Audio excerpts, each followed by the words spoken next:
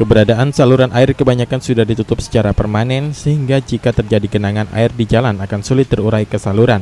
Untuk itu, pihak PU Bina Marga dan PSDA Kota Palembang menerjunkan petugas untuk melakukan pembongkaran dan perbaikan.